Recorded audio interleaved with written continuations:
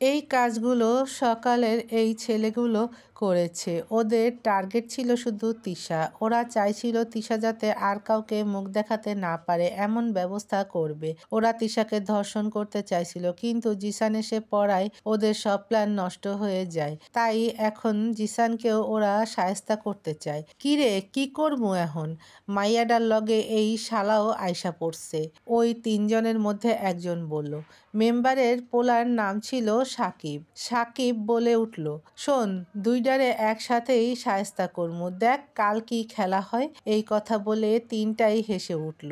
অন্যদিকে জিসান ও তিশা দুজনেই অজ্ঞান হয়ে মাটিতে পড়ে আছে, কাল এক ভয়াবহ সকাল হবার অপেক্ষায়। অনেক রাত পর্যন্ত হলুদের অনুষ্ঠান চলেছে। এদিকে রায়হান এতই ব্যস্ত ছিল যে তিশার কথা ওর মনেই ছিল না। কিছু মেহমান চলে গেছে আর কিছু মেহমান বাসায় রয়ে গেছে। ক্লান্ত শরীরে যে যেখানে জায়গা পাইছে ঘুমিয়ে পড়েছে। বাড়ি ভর্তি এখনো মেহমান আছে। রায়হানও সোফায় বসার সাথে সাথে শরীরটা ছেড়ে দিচ্ছে, তাই সেও সোফায় ঘুমিয়ে পড়েছে। আসলে রায়হান ভাবছে তিশা ও জিসান হয়তো বাড়ির কোথাও না কোথাও ঘুমিয়ে আছে, এখন কাউকে এসে ডিস্টার্ব করতে চায় না। আজ বিয়ে বলে সবাই সকাল সকাল ঘুম থেকে উঠে গেছে। সীমা উঠেই আগে তিশাকে খুঁজতে লাগলো, কারণ তিশা কাল অসুস্থ ছিল আর কাল রাত থেকেই ওকে আর দেখেনি সীমা। পুরো বাড়ি সীমা তিশাকে খুঁজলো, কিন্তু পেল না। সীমার সাথে তিশার মামা মামিও খুঁজতে লাগলো। সীমা দৌড়ে গিয়ে রায়হানের কাছে গিয়ে রায়হানকে ঘুম থেকে ওঠার জন্য ডাকতে লাগলো। এই রায়হান ভাই, ভাই, এই ভাই ওঠো। রায়হান ঘুম ঘুম চোখে সীমাকে বকতে লাগলো, কিরে, কি হইছে? এত সকাল সকাল ডাকলি কেন? আরো একটু ঘুমাতে দে। সীমা চিৎকার দিয়ে বলল, ভাই, তিশাকে খুঁজে পাওয়া যাচ্ছে না। কাল রাতের পর থেকে কেউ ওকে দেখেনি। তুমি জানো ও কই? রায়হানের মাথায় যেন আকাশ ভেঙে পড়ল। কি বলস তুই? তিশা তোর সাথে ছিল না? ঘুম থেকে লাফ দিয়ে উঠে বলল রায়হান। না ভাইয়া, হলুদ শেষ হবার আগেই ও চলে আসছে বাসায়, ওর শরীর ভালো লাগছিল না বলে। কি? রায়হান লাফ দিয়ে দাঁড়িয়ে যায়। আমি ভাবলাম ও তোর সাথে আছে, তাই রাতে আর খোঁজ নিই নাই। আমারই ভুল ছিল। ও খোদা!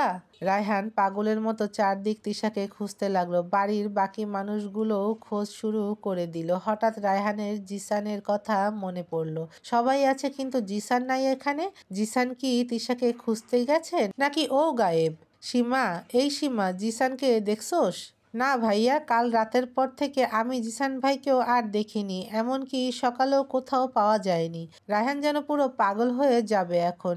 একদিকে তিশা, আরেকদিকে জিসান, দুজনেই ওর কাছের মানুষ, আর দুজনকেই ও যেন হারিয়ে ফেলেছে মনে হয়। পুরো বিয়ে বাড়ি এখন মরা বাড়ির মতো হয়ে গেছে। হঠাৎ বাড়িতে গ্রামের কিছু মুরব্বি এসে হাজির হলো। এরা আসলে সকলেই গ্রামের মেম্বার আর চেয়ারম্যান সাহেবের চামচা। শফিক স্যার মানে তিশার মামাকে ওনারা দেখতে পারে না। এরা আগেও কয়েকবার চেষ্টা করেও শফিক স্যারকে গ্রাম ছাড়া করতে পারেনি, তাই এবারও অনেক প্ল্যানিং করে আবার আসছে তিশার মামাকে অপমান করতে। এদের দেখেই শফিক সাহেব বুঝতে পারলো কেন এরা এসেছে। শফিক সাহেব রায়হানকে চুপ থাকতে ইশারা দিল। মুখ বন্ধ থাকলেও চোখ যেন কোনো বাদ মানছে না রায়হানের। শফিক সাহেব গিয়ে সৌজন্যতা বজায় রাখতে জিজ্ঞেস করলো, আরে আপনারা এত সকাল সকাল এখানে কি মনে করে? শফিক স্যার, কি শুনতাছি আমরা? আপনার বোনের মাইয়াটা নাকি কাল রাত থেকে গায়েব, তো কই গেছে কিছু জানতে পারছেন?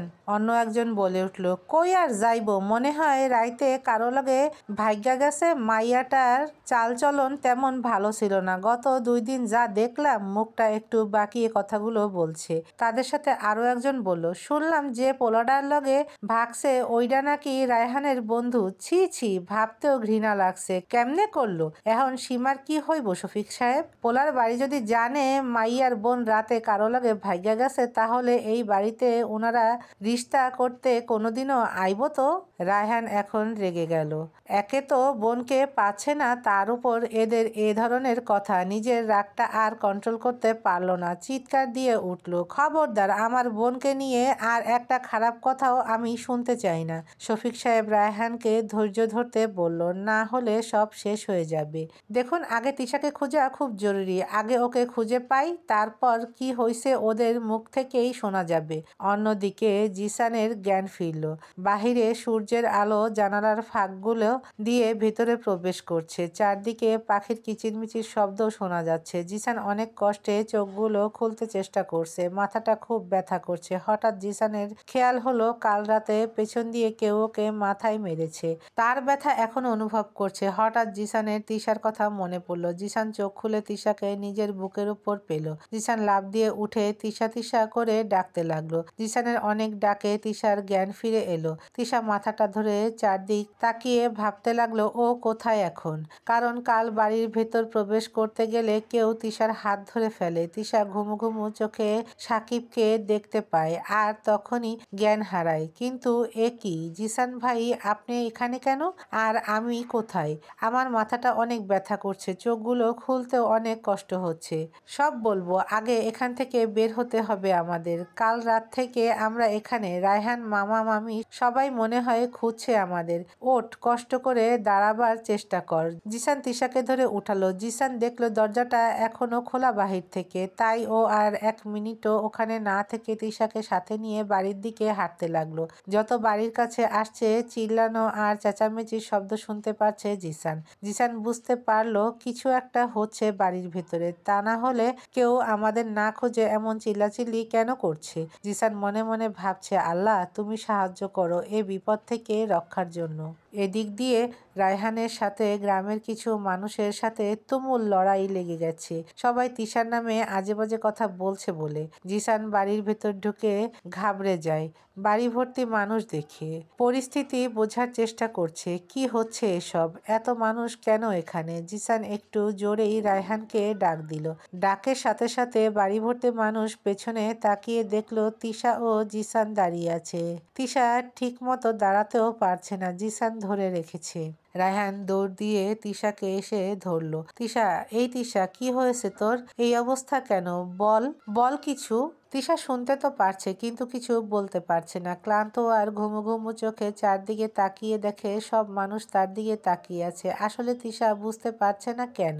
তিশার পুরো শরীর কাঁপছে, কিছু বলতে চাইছে কিন্তু ভয়ে কিছুই বলতে পারছে না। সবাই তিশাকে কেমন নজরে যেন দেখছে। জিসান বোঝার চেষ্টা করছে সবাই তিশাকে দেখে এমন করছে কেন। হঠাৎ জিসান তিশার দিকে একটু ভালো করে তাকালো। দেখতে পেল তিশার ব্লাউজটা কিছুটা ছেঁড়া, ঠোঁটের লিপস্টিক আর কাজলটাও ছড়ানো, শাড়ির কুচিগুলো ঠিক না। জিসান এবার বুঝতে পারলো কেন সবাই তিশার দিকে আর চোখে তাকিয়ে আছে। এদিক দিয়ে রায়হানকে জড়িয়ে ধরে তিশা কাঁদতে লাগলো কিন্তু কিছু বলছে না। কি আর বলবে ও? কেউ কি ওর কথা বিশ্বাস করবে? জিসান মামি আর সীমাকে ইশারা করলো তিশাকে ঘরে নিয়ে যেতে। গ্রামের কিছু মহিলা বলাবলি করা শুরু করে দিল। দেখছস মাইয়ার কাম, লজ্জা শরমের মাথা খাইয়া মনে হয় সারা রাত আকাম কুকাম কইরা মুখ কালা করছে। মামা মামি তো দূরে থাকুক, বইন্ডার কথাও চিন্তা করে নাই, এখন আবার এই মুখ সবাইরে দেখাইতে আইছে। তিশা সব শুনতে পাচ্ছে আর চোখ দিয়ে অশ্রু ফেলছে। জিসান সব রায়হানকে খুলে বলল। রায়হান স্তব্ধ হয়ে পড়ল। কি হলো এক রাতে? এত কিছু হয়ে গেল আর ও রাতে বেঘরে ঘুমিয়েছিল। এখন কি হবে? কিভাবে গ্রামের এই অশিক্ষিত মূর্খ মানুষগুলোকে বোঝাবে?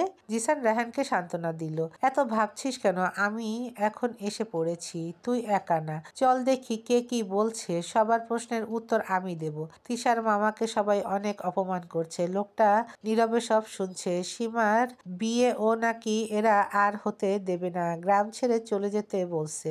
ব্যাস, খুব জোরেই শব্দটা করছে জিসান। জিসানের এ ধরনের আচরণে উপস্থিত সবাই অবাক। তাদের সামনে এসে বলল, সমস্যা কি আপনাদের? একটু খুলে বলবেন? আর আপনারা এই বিয়ে বাড়িতে এসে এত চেঁচামেচি কেন করছেন? কি জানতে চান আমাকে বলুন, আমি বলবো। কেন এই নির্দোষ মানুষকে অপমান করছেন? এতক্ষণে চেয়ারম্যান সাহেবও এসে হাজির হয়েছে, সবকিছু শুনলো সবার থেকে। দেখছেন দেখছেন চেয়ারম্যান সাহেব, আপনার সামনেই কেমন বেহায়ার মতো প্রশ্ন করছে। এত বড় কুকাম কইরা এখন ভালা শাস্তে আসছে। জিসান আবার বলে উঠল, কি কুকাম আমরা করেছি একটু খুলে বলবেন?